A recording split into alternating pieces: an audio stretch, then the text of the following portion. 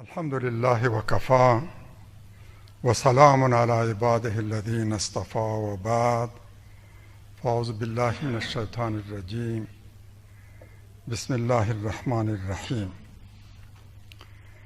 وهو الذي كف أيديهم عنكم وأيديكم عنهم ببطن مكة من بعد أن أظفركم عليهم وكان الله بما تعملون بصيرا صدق الله العظیم. دې مبارک آیات له ترجمې او مختصر شرح او تفسیر وړاندې د څو مهمو ورځنیو قضایاو په ارتباط مختصر عرایض لرم. د هېواد وضعیت داسې دی چې له یوې خوا جګړې تشدید شوي او له بلې خوا د سولې هڅې هم له ځنډ او خنډ سره مخامخ شوي. د جګړو د تشدید لمن خوره شوې نږدې 100 ولایتونو ته غځېدلې. همدغو شپو ورځو کې داسې وحشتناکې پیښې هم رامنځته شوې چې په تېرو کلونو کې مثال نه مومي، لکه د لوګر وحشیانه انفجار چې له کبله یې نږدې 110 کسانو ته مرګ ژوبله وشوه. شاوخوا 10 په شهادت رسېدلي او باقي نور ژوبل شوي، ټول ملکیان په جنګ کې ښکېل نه دي.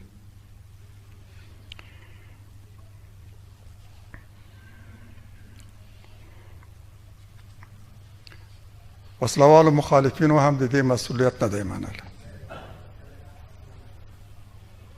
ځینو لا دا غندلی.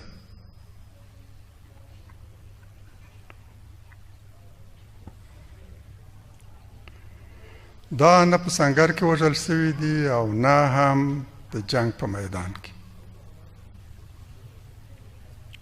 د دولت تر کنټرول لاندې یوه ښار کې او په یو غونډه کې د یو انفجار په نتیجه کې وژل سوي. د ښار منځ کې وژل سوي، د حکومت تر سلطې لاندې ساحې کې وژل سوي.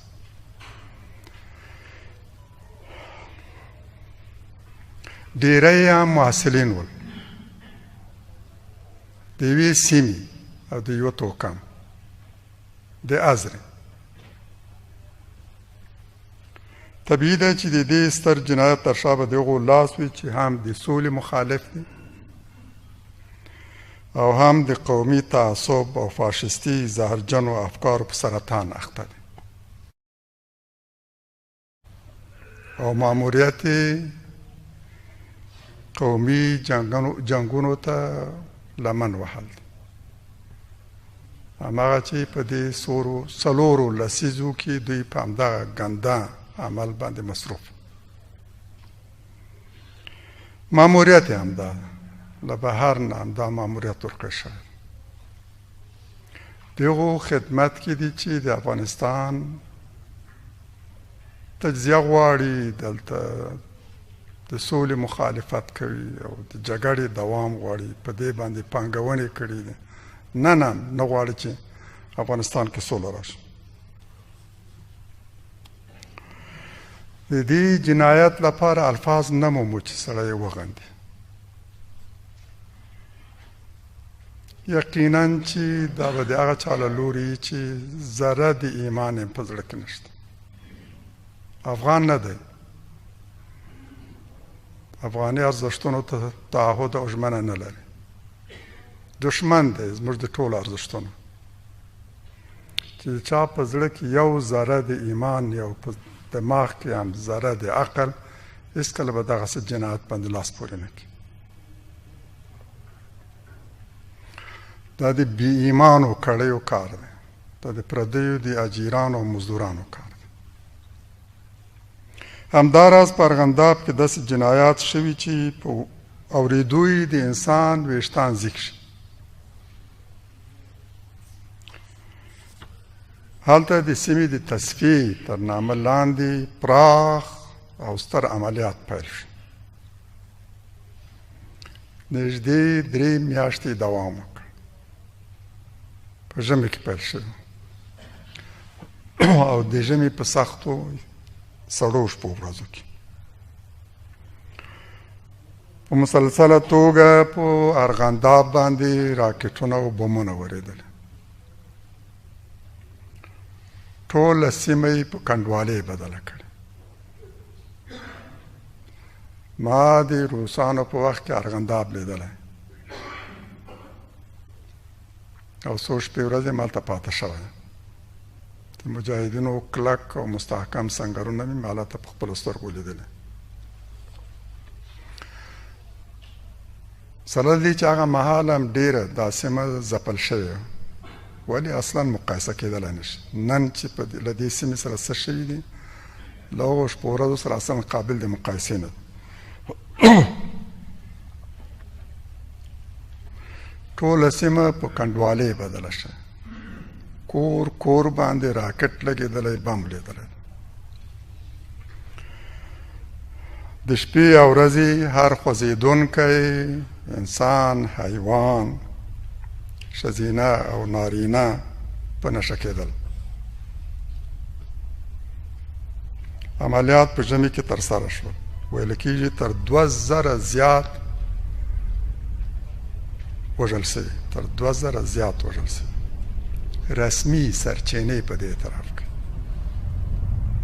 او دا ټول تمامي د طالبانو جنګیالیو په نام چې ګواکه طالبان مو وژل. افتخار باندې کوي چې 2000 نه زیات وژل سوي دي خو طالبان دي. او حقیقت دا ده چې دا ټول عام خلک د ارغنداب عام ولس. له بره څوک دا نشي تشخیصولی چې دا طالب دی که عام ولسي. جامه یې سره ورته د طالب نشان هم ورباندې نشته او دوی ته هم نه معلومیږي چې دا یقینا طالب و. نوم یې دا و او د طالبانو سره نوم ثبت و. وژلی یې دی.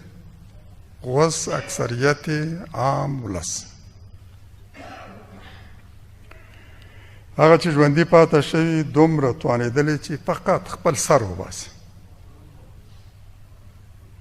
حتی دې ته هم نه دي پرېښودل سوي چې د کورتۍ واسکټ واخلي، څادر له ځانه سره واخلي.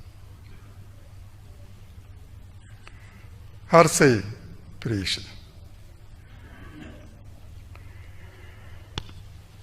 له یوې خوا متحده ایالات د خپلو ځواکونو د ایستلو لپاره تیاری نیسي. د هوا او ځمکې له لارې د نظامي تجهیزاتو د ایستلو لړۍ پیل کړې. حکومت یې نه سپاري. روغې اډې هم ورته نه تسلیموي. روغې اډې هم تخریبوي. بارکونه، تاسیسات، سنګرونه، دیوالونه، سمیټي دیوالونه، موټر، وسایل، دا خو پرېږدي حتی غله هم سوځوي. خوراکي مواد هم سوځوي. او څه چې نسي ورانه، څه چې کولی شي انتقال یې کړي انتقالوي، نور تخریبوي او سوځوي.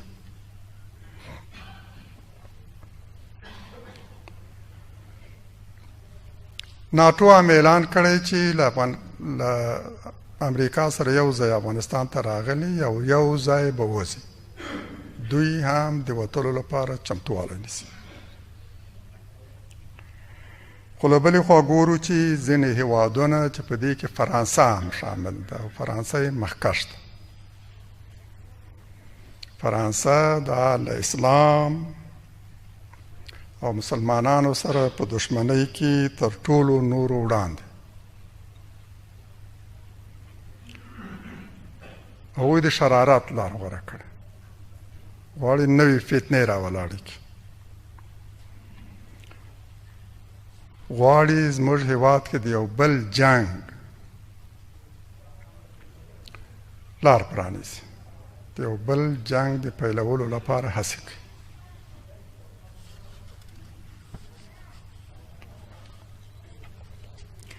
که څه هم د متحده ایالاتو له لوري د خپلو ځواکونو د ایستلو پرېکړې په سوله غوښتونکو افغانانو کې د جګړې د ختمېدو هیلې راولاړې کړې. هماغه چې د دې جګړې پای ته رسېدل او سوله غواړي او بهرنیو ځواکونو ته د دې جنګ د پیل او دوام د اصلي عامل په سترګه ګوري. له هغه ورځې چې امریکایانو اعلان کړی چې خپل ځواکونه له افغانستان باسي، افغانان، ډیری افغانان، سوله غوښتونکي افغانان هیلهمند شوي چې کیدای شي دا جګړه پای ته ورسېږي او راتلونکي نږدې موده کې موږ د سولې شاهد وو.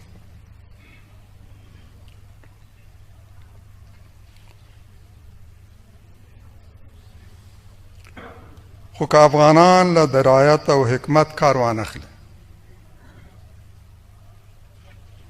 مخکنیو خونړیو تجربو ته په پام سره، کیدای شي دا وضعیت موږ د یو بل جنګ لوري ته بوځي. دشمنان کمین کوي، غواړي دا جنګ پای ته ونه رسېږي، بلکې بڼه یې بدله شي، د یو حالت نه بلې بڼې ته واوړي. دشمنان کمین کوي، افغانان باید دې ته متوجه وي. دا باید عادي ونه نیسو چې ځینې د جنګ شعارونه ورکوي. دا د دوی له خپل ذهن نه راټوکېدلي شعارونه نه دي، ورکړی شوي دي، د هغوی په خوله کې ایښودل شوي دي. دا شعارونه باید ورکړي، د جنګ شعارونه ورکړي، په شا ټپل شوي، ترغیب شوي، تشویق شوي چې بس د جنګ شعارونه ورکړي، د سولې مخالفت باید وکړي. ځینې نه یوازې شعارونه ورکوي، د جنګ شعارونه، د یو بل جنګ د پیلولو، بلکې له مخکنیو جهادي قماندانانو غواړي چې د خپلو جنګیالیو فهرستونه راکړي. هر چاته که په دوی پورې مربوط و که نه، که د دوی د ګوند مربوط و که د بل ګوند پورې مربوط و، خو چې پوهېدلي دا څه وسلوال لري، مجاهدین لري، په جنګ کې تجربه او سابقه لري، هغو سره تماس نیولی ده، له هغو نه غوښتي دي چې بس یو بل جنګ پیلېدونکی ده، فهرستونه راکړئ، څه ته ضرورت لري، همدا فهرستونه له خلکو نه راټولوي او د پیسو او وسلو ژمنې ورسره کوي. که څه هم دا جنګ غوښتونکي په تېرو څو لسیزو کې د نظام برخه وو، په ټول توان طاقت په دې نظام کې شریک وو چې څه یې له وسه پوره وه هغه یې نه دي سپمولی. له کوردینات ورکولو نه نیولې، په جنګ کې له عملي برخې اخیستو او د خپل قومي او سیاسي حریف د ځپلو لپاره له بهرنیو ځواکونو نه د استفادې هر فرصت نه استفاده کړې. دوی په دې نظام کې شریک ول، فعال حضور یې درلودو. د شوروي اتحاد لپاره هم جنګېدلې او د ناټو لپاره هم. د دواړو طاقتونو د قماندانانو افسرانو تر قماندې لاندې د خپل ملت په خلاف جنګېدلي او له دې نظام نه د دفاع لپاره. او همدا دوی د دې دواړو لویو طاقتونو د ماتې باعث هم. که شوروي اتحاد هم دلته ماته خوړلې، دوی له کبله خوړله، که ناټو هم ماته خوړلې، دوی له کبله خوړله. واقعیت دا ده چې د دوی دواړو د ماتې اصلي عامل هم همدا سپیرې کړی وي، همدا سپیره اجیر جنګیالي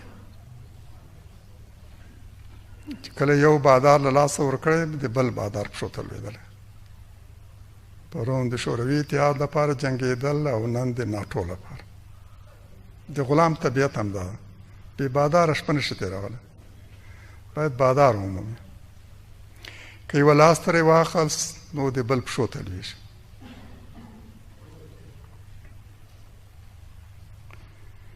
دوی نه د جنګ توان لري او نه هم د جنګ همت. یقینا نه د جنګ توان لري او نه همت. هسې د خولې شعارونه دي د امتیازاتو او پیسو ترلاسه کولو لپاره. فقط د جنګ غوښتونکو خطرناکو استخباراتي شبکو لپاره د سوند مواد دي. اندېښنه مو باید له دغو ځواکمنو شبکو وي چې دا استخدام کړي او په کمین کې دي او له دغو سپیرو اجیرانو د وسیلې په توګه استفاده کوي.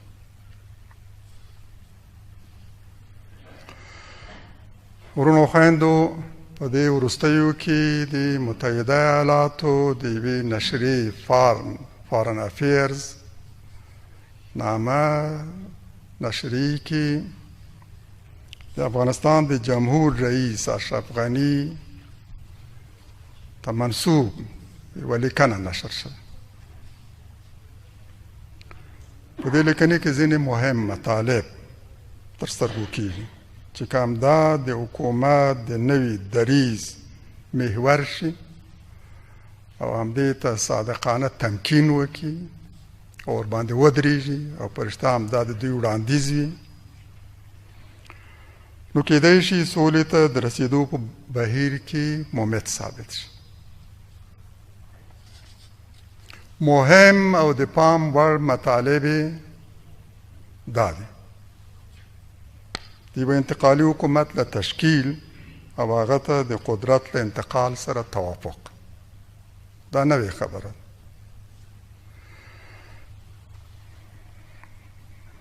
لومړی ځل دی چې د حکومتي مسؤلینو نه د دغسې یو دریځ او وینا شاهد له انتقالي حکومت سره رسما توافق، هغه هم د جمهور رئیس په سویه. دوهم دا چې د دې انتقالي حکومت موده باید لنډه وي. په همدې مودې کې به انتخابات ترسره کېږي، داسې انتخابات چې هم د جمهوري ریاست لپاره وي او هم د پارلمان لپاره او هم د محلي شوراګانو لپاره، د ولسوالۍ او د ولایتي شوراګانو لپاره. د همدې انتقالي حکومت تر اشراف لاندې په همدغه موقته موده کې په دې لیکنې کې همداراز د سپینې ماڼۍ د دې تصمیم درناوی او حمایت شوی چې غواړي خپل ټول پوځونه له افغانستان وباسي. دا هم لومړی ځل دی چې حکومت له لورې نه ویل کېږي چې د بهرنیو ځواکونو د وتلو د پریکړې حمایت او درناوی کوي.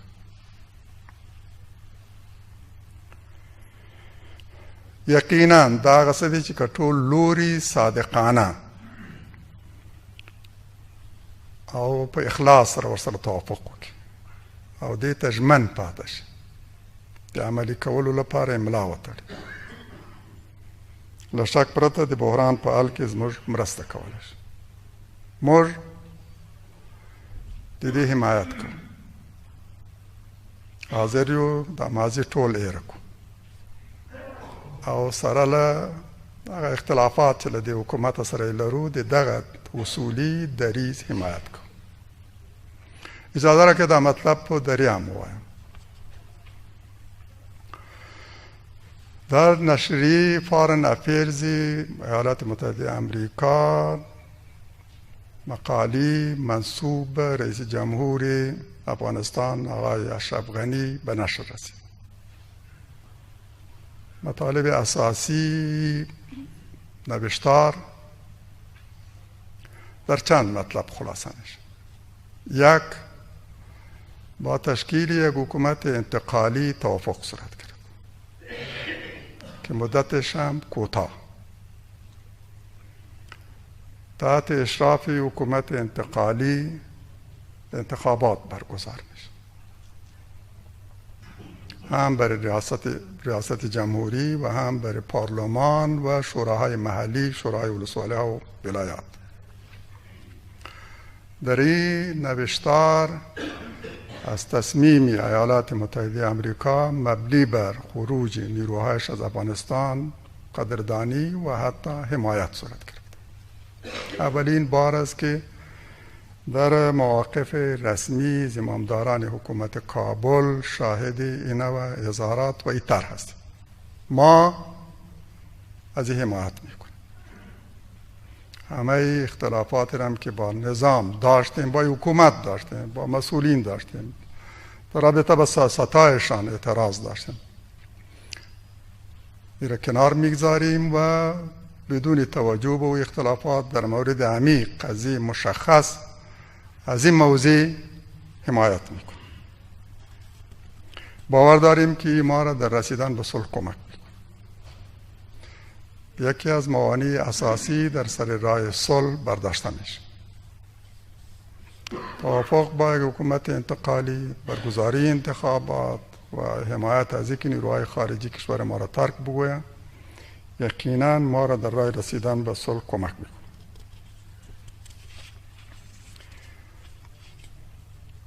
طالبانو ته پکار ده چې دې ته د یو فرصت په سترګه وګوري. د حکومت د نوي دریځ ته چې په دې لیکنه کې څرګند شوی د یو فرصت په سترګه وګوري، د یو ښه فرصت، د یو مناسب فرصت په سترګه. همدې ته په پام سره دي د بحران د حل په ارتباط خپله نوې طرح تدوین کړي، نوی موقف باید غوره کړي، نوی دریځ باید غوره کړي. د طالبانو دوه اساسي او مهمې غوښتنې وي چې موږ ورسره شریک یو او د دوی حمایت مو کول: د بهرنیو ځواکونو وتل او د دې حکومت تعویض په یو نوي حکومت چې ټولو ته د منلو وړ. دا دوه اساسي غوښتنې موږ هم ورسره شریک وو. د دې تر څنګ طالبانو نورې غوښتنې هم درلودې: بندیانو خوشي کول، تور لیست د امریکا د دوی نومونه حذفول. دې کې هم موږ سره شریک. اوس دا دواړه یعنی منل شوي. امریکایانو تعهد کړی او د هغوی چې خپل فوځونه له افغانستانه باسي او د ایستلو لړۍ هم عملا پیل کړې. د هوا او ځمکې له لارې د هغوی د فوځونو د ایستلو لړۍ پیل شوه. ناټو هم خپل چمتووالی اعلان کړی.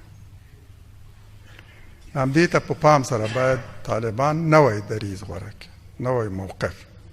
د بحران لپاره باید واضح طرح وړاندې، عملي، معقوله، په واضح الفاظو. باید ووایي څه غواړي، د دې نه اخوا د دوی غوښتنې څه دي. داسې څه چې هم خپله ورباندې قانع او هم هر اورېدونکی هم ورباندې قانع شي.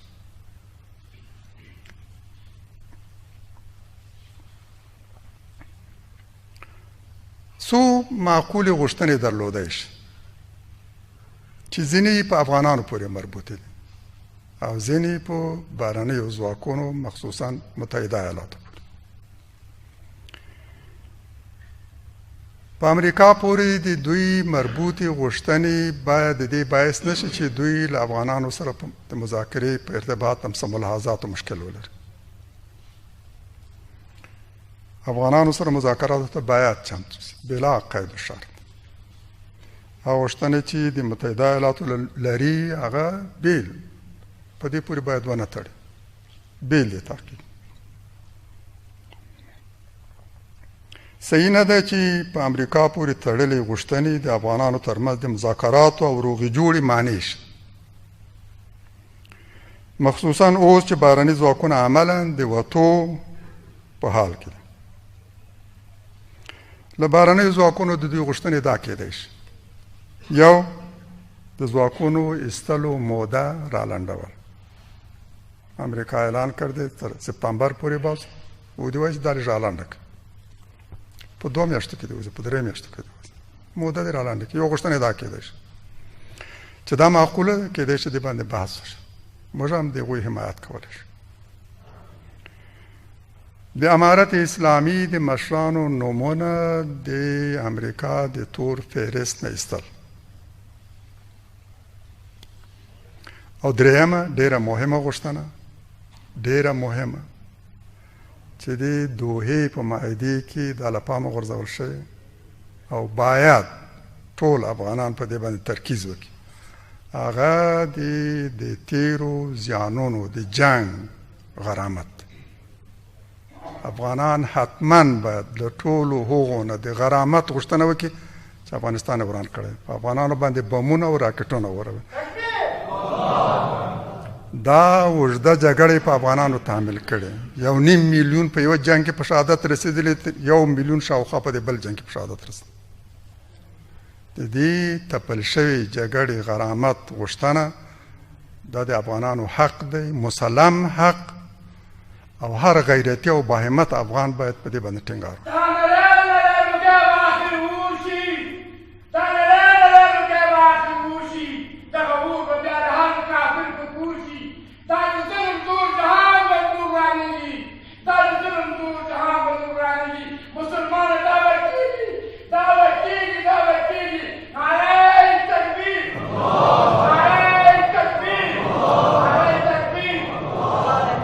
دوی د معیوبینو په استازیتوب د درسي حلقې په جریان کې ملمان همدا غوښتنه وکړه چې موږ ټول معیوبین چې دی د معیوبینو استازیتوب کوي همدا غوښتنه لرو له بهرنیو ځواکونو د غرامت مطالبه. زه دوی ته اطمینان ورکوم، دوی ویل چې موږ دې ته هم چمتو یو چې هر سفارت غواړئ ما سره یې کړو او بس هر حرکت هم چې تاسو غواړئ موږ چمتو یې شي همداسې معیوبین ټول سړکونو ته راوځي او خپلې مطالبې وړاندې کړي. په هر صورت دا د ټولو افغانانو باید باهمت افغانان، د مؤمنو افغانانو، نه د ذلیلو او سپکو افغانانو، د دې ټولو باهمته مؤمنو افغانانو دنده ده چې په دې خبره باید کلک ودرېږي او په هره ناسته کې باید د دې مطالبه وکړي. د استانبول په ناسته کې باید موږ دا وغواړو، موږ د توافق یو اصلي بند او ماده باید همدغه وي. یقینا چې په دې غوښتنې کې به ډېری افغانان، قاطع اکثریت افغانان له موږ سره دي. طالبان له افغانانو نه هم له خپلو افغاني ورونو نه هم څو غوښتنې درلودی شي. اول د اوسني حکومت تعویض، په داسې حکومت چې ټولو لورو ته د منلو وړ وي، د طالبانو په شمول ټولو ته د منلو وړ وي. د اوسنی حکومت د جنگ لوری ده، طبیعي ده چې مخالفینو ته د منلو وړ نه ده، حتی سیاسي اپوزیسیون ته هم د منلو وړ نه ده. اوس خو وضعیت داسې دی چې ټولو دا خبر منله، بهرنیو ځواکونو هم منلې چې دا نظام به بدلیږي، دا حکومت به بدلیږي.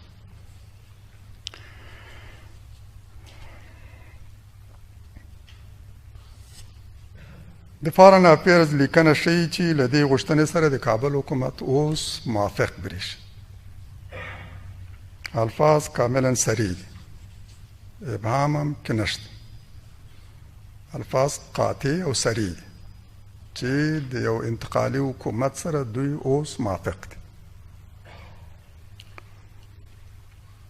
د دې دویمه غوښتنه به دا وي چې ټول زندانیان آزاد شي.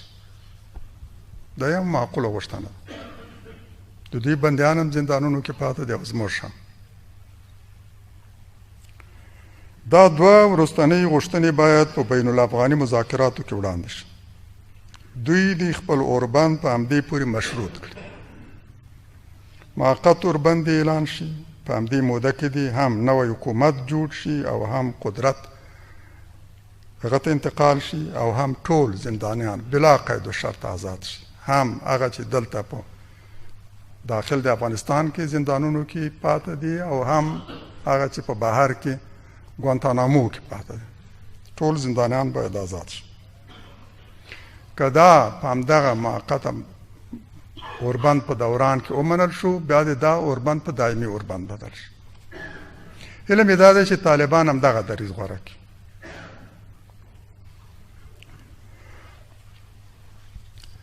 د خطبې په پیل کې چې ما کوم آیتونه تلاوت کړ،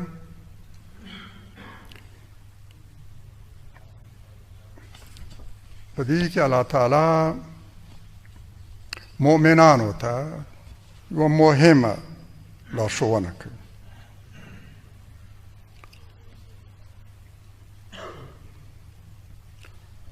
د مکې د فتح په ارتباط او د همدې په استناد د ښارونو د هرې فتح په ارتباط. مسلمان باید د ښارونو د فتح په ارتباط کوم دریځ او تګلاره غوره کړي. مکه یې زموږ لپاره مثال ده. پیغمبر علیه السلام کولی شو مکه په جنگ فتح کړي،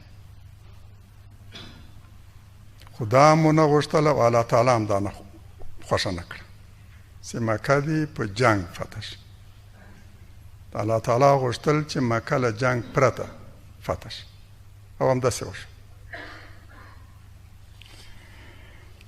په همدې ارتباط الله تعالی فرمایي وهو الذي كف أيديهم عنكم وأيديكم عنهم ببطن مكة من بعد أن أظفركم عليهم وكان الله بما تعملون بصيرا. او الله تعالی غزات دی چې د مکې دننه یې د دوی لاسونه له تاسو راتم کړل او د تاسو لاسونه د هغوی نه، یعنې پرې نه ښودلی چې یو بل سره په جګړه کې ښکېل شي. د جنګ معنی شو، الله تعالی نه غوښتل.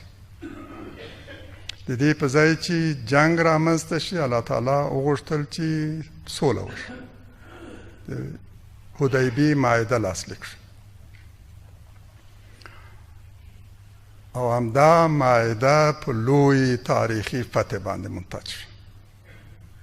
همدغه معاهده د مکې د فتح باعث شو له جنګ پرته.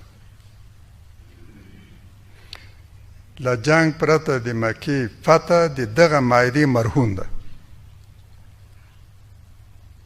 دغه معاهدې د سولې د معاهدې د مکې د فتح لاره هواره کړه.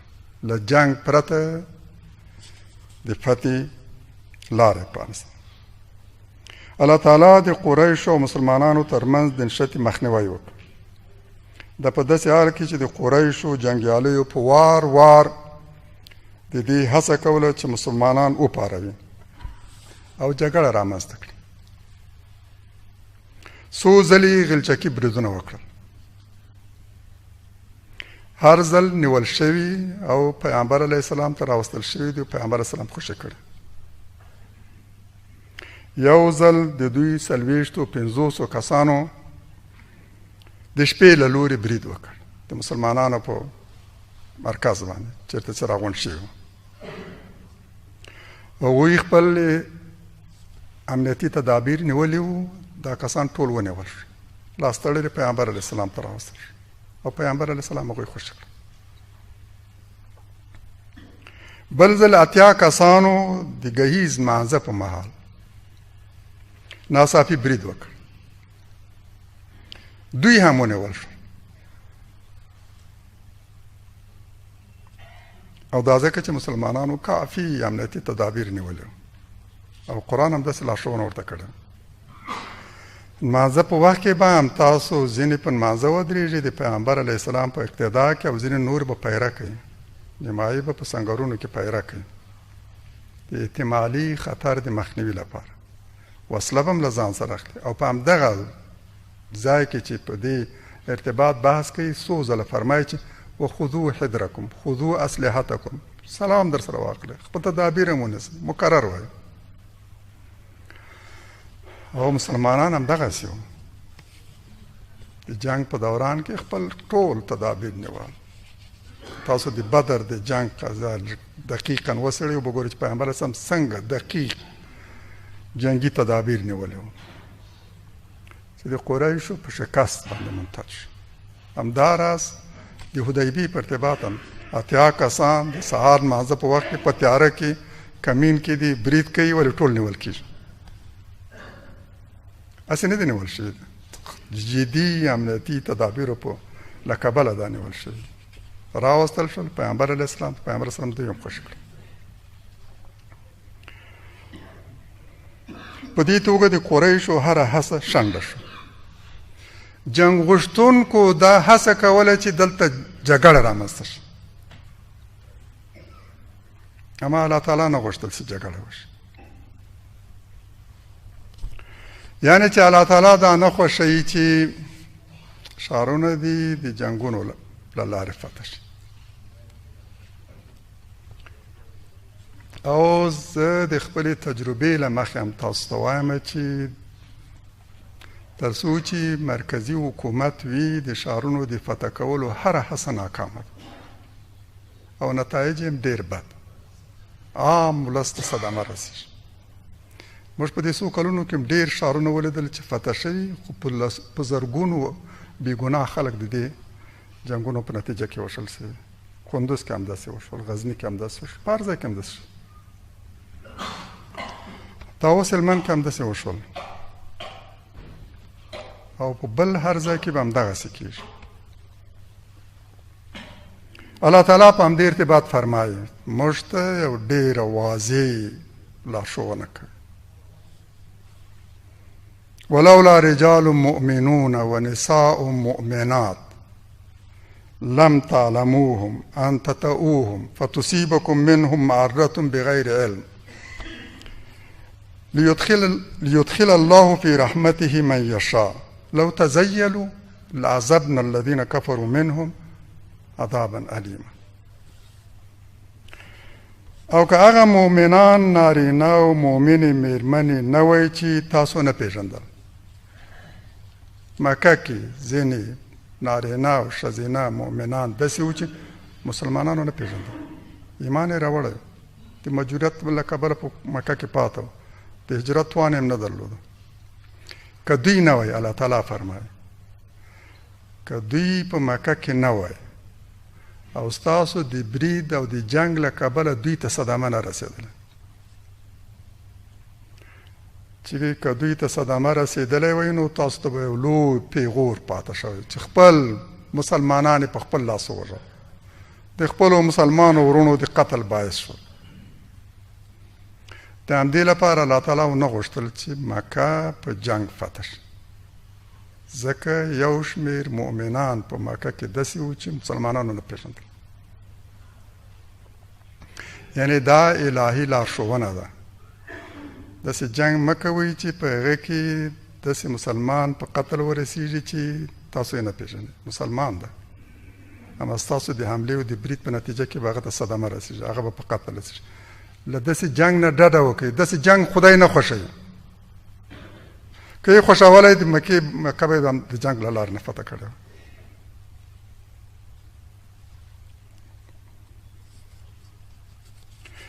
الله تعالی فرمایي که دوی ترې بیل شوي وای، که داسې صورت را پیدا شوی چې دا مؤمنان چې تاسو یې نه پېژنئ د قریشو نه بیل شوي وای، جنگ کې یوازې هغوی پاته وای، یوازې هغوی وژل کېدله، نو الله تعالی به په دردناک عذاب سره دوی تعذیب کړي وای، تاسو به ورباندې مسلط کړی وي، هغوی به ماته خوړلی وه، ستاسو په لاس به وژل شوي. د دغو مؤمنانو لپاره الله تعالی ونه غوښتل چې دا جنګ واقع شي. نه یوازې دا چې الله تعالی غوښتل هغه مؤمنان صدمه ونه ګوري چې مسلمانانو نه پېژندل، که جګړه رامنځته شوې وای نو دوی به په ناپوهي کې صدمه رسېدله، دوی ته به په ناپوهي کې صدمه رسېدله. همداراز الله تعالی غوښتل د مکې ډېر استوګن د ایمان له سعادته برخمن کړي. که هغه مؤمنان او دغه چې د ایمان سعادت به یې په راتلونکي کې په برخه کېدو له قریشو بیل شوي وای نو الله تعالی به د قریشو کافران په دردناک عذاب اخته کړي وو. لیدخل الله فی رحمته من یشاء. الله تعالی غوښتل چې مکه کې ځینې داسې دي چې خپل رحمت د ده د رحمت وړ دی، او الله تعالی غوښتل چې خپل رحمت په هغو باندې نازل کړي او د ایمان راوړو سعادت ور په برخه کې. دا به وژل شوي په دې جنګ کې.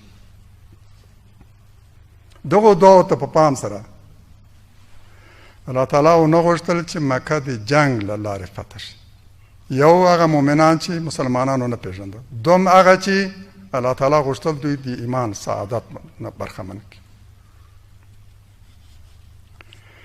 دې ته مو باید پام وي چې دا مبارک آیت یوازې د هغه حالت په توضیح پورې محدود نه دی، بلکې له دشمن سره د جنگ او شتو د څرنګوالي په اړه یو الهي لارښوونه زموږ په وړاندې دی. د مسلمان جنگي ستراتیژي باید په دغه اصل باندې ولاړې، مخصوصا هغه مهال چې دی ځي د ښارونو د فتح کولو اراده کوي، هغه مهال باید دغه الهي لارښوونه ته په پام سره خپل تصمیم ونیسي. د دې او دې ته ورته قرآني لارښوونو له مخې مسلمانان مکلف دي چې له دښمن سره د نښتو په دوران کې دې ټکي ته په کلکه توجه وکړي چې بېوزلي مسلمانان په ناپوهۍ کې تر پښو لاندې نه شي او صدمه ور ونه رسېږي. نه یوازې د داسې مسلمانانو په اړه باید جدي اهتمام وکړي بلکې د هغو په اړه هم باید اندېښمن وي چې کیدای شي په راتلونکي کې ایمان راوړي او د مسلمانانو په څنګ کې ودرېږي. البته دا لارښوونه د داسې حالت اړوند لارښوونه ده چې د جګړې ابتکار د مسلمانانو په لاس کې، پیل هم د هغوی له لورې. دغسې وخت کې چې ابتکار ستا لاس کې ده، مؤمن مجاهد باید دا ټول په پام کې ولري. اما هغه صورت چې ته دفاع ته مجبور شوی تر حملې لاندې راځي هغه بیا له دې نه مستثنا ده، هغه بیل صورت. قرآن موږ ته دا لارښوونه هم کوي چې که ستاسو محارب دشمن حتی هغه چې تا سره جنګېدلی، هغه چې له تا سره جنګېږي د هغه ملګرتیا یې کړې، که همدا هم چې ته یې له مسجد الحرام نه منع کړی، د عمرې نه یې منع کړی، له طواف نه یې منع کړی، ته یې د باغي په نامه پېژندلی، ستا په خلاف یې د جنګ جبهه پرانیستلې، که همدغه کافر هم غواړي د عمرې په نیت ستا له سیمې نه تېر شي، پام کو چې هغه ته اذیت ونه رسي، مانع یې نه شي. نه یوازې د هغه به نه مانع کېږي بلکې ورسره مرسته وکړه. هغه د خدای کور ته روان ده، پرون ستا او د هغه دښمني د خدای لپاره، نن هغه همغه کار کوي چې ته کوي، هغه ځي د عمرې لپاره، ستا تر تسلط لاندې منطقې نه تېرېږي، تا سره جنګېدلی محارب دښمن دی ده، د محارب دښمن ملګری و متلف دی ده. قرآن فرمایي چې نه یوازې د ده به مزاحم کېږي نه بلکې له هغو سره مرسته وکړه. وتعاونوا علی البر والتقوا، دا په همدې ارتباط راغلی، په بر او تقوا کې د یو بل مرسته وکړه. که تا یو کافر هم ولیدو چې د بر او تقوا په لاره روان ده، مرسته یې وکړه، ممانعت به یې نه کوي. په همدې ارتباط راغلی، مشخصه توګه په همدې ارتباط. هغه چې تا سره جنګېدلی، ستا د جنګي دښمن ملګری و، ته یې له خپلې سیمې ایستلی، حتی نه یې پرېښودلی چې عمره وکړي. همدا هم که ستا تر تسلط لاندې سیمې نه تېرېدو، پام کوه چې مزاحم یې نه شي، اذیت یې نه کړي، بلکې باید هغه مرسته وکړي. هیله مو دا ده چې همدا اسلامي ارزښتونه په خپلو ټولو جنګي ستراتیژیو کې مراعات کړو. د سولې په ارتباط کوم غږ اوچت شوی او په هغه کې زموږ ټول شرایط مراعات کېږي، په کار دا ده چې دې ته لبیک ووایو، راوړاندې شو. دښمن یو ګام راوړاندې شو، موږ دوه ګامه وړاندې کېږو. اسلام موږ ته د همدې درس راکوي. پیغمبر علیه السلام حتی په داسې حالت کې هم چې صحابه ورسره قانع نه وو چې د حدیبیې معاهده د لاسلیک شي، اما هغه مسلط په همدې کې لیدو. پیغمبر د ټولو مرشد قائد، هغه مسلط په همدې کې لیدو، د معاهده یې له قریشو سره لاسلیک کړه. او صحابه دومره ناراض و، غوس اکثریت تقریبا ټول ناراض و چې ولې دغسې معاهده له قریشو سره لاسلیک کېږي. مخصوصا چې په دې معاهدې کې دا راغلي چې کله قریشو نه څوک ایمان راوړي، مسلمانانو ته پناه وروړي، دا به بیرته تسلیم کېږي. او په همدغسې چې دا معاهده لا لاسلیک شوې نه وه، لیکل شوې وه، لا لاسلیک شوې نه، یو کس په زنځیرونو کې تړلی راغی، مسلمانانو ته پناه راوړه، ورپسې یې پلار راغی چې دا معاهده شوې ده، موږ ته تسلیم کړه. صحیح ده، معاهده لاسلیک شوې نه ده، ولې توافق شوی ده. پیغمبر علیه السلام ورته چې دا تسلیم کړه. دا نو په مؤمنانو باندې ډېره سخته تمامه شوه چې نن په زنځیرونو کې تړلی یو مؤمن ورور مو موږ ته پناه راوړې ده او موږ به هغوی ته بېرته تسلیمو. پیغمبر علیه السلام وفرمایل چې الله تعالی به هغه ته بله لار پیدا کړي د وتلو، او همداسې مو شول. همدا کس داسې یو سنګر جوړ کړ چې په لسګونو جنګیالي د هغه په شاوخوا کې راغونډ شول چې له مکې نه څوک تښتېدو غتتو او د قریشو تجارتي قافلې هم تهدیدولې. قریش مجبور شول پیغمبر علیه السلام وغواړي چې یا رسول الله بس دا دې در خپل کړه، د دې له شره مو وژغوره. موږ به په خپلو جنګي ستراتیژیو او تکتیکونو کې هم اسلامي لارښوونې په پام کې لرو. همدغسې لکه چې په لمانځه کې ډېر احتیاط کوو، حتی دا چې لاس به هم چېرته وي، پښې به هم څنګه وي، او رکوع و سجده هم باید څنګه وي. لکه چې په دغو کې احتیاط کوو، نو په جنګ کې هم چې اصلا دا نور عبادات د دې لپاره دی چې موږ چمتو کړي، له موږ نه یو د خدای د لارې یو صادق و مخلص مجاهد جوړ کړي چې په هره قضیه کې به مطیع یو ګام به هم د الله تعالی د لارښوونو د هدایت حکم خلاف نه اخلي. دا د همدې لپاره ده، روژه د همدې لپاره ده، زکات د همدې لپاره ده، حج همدې لپاره ده، لمونځ د همدې لپاره ده چې له موږ نه هغه شخص جوړ کړي چې په ځمکه کې د ځمکې د خلافت وړتیاو ښایستهتوب ولري. د همدې لپاره ده چې موږ وروزي. دا تربیتي کورسونه دي چې موارد دي چې موږ روزي او تربیه کوي او له موږ نه یو صادق او مخلص مجاهد جوړوي. امید دی چې دا جګړه پای ته ورسیږي، هېواد کې مو ډاډمنه سوله تامین شي او دغه فرصت چې نن مساعد شوی ده له دې نه افغانان سمه او ګټوره فایده اوچته کړي. سبحانک اللهم وبحمدک نشهد ان لا اله الا انت نستغفرک ونتوب الیک.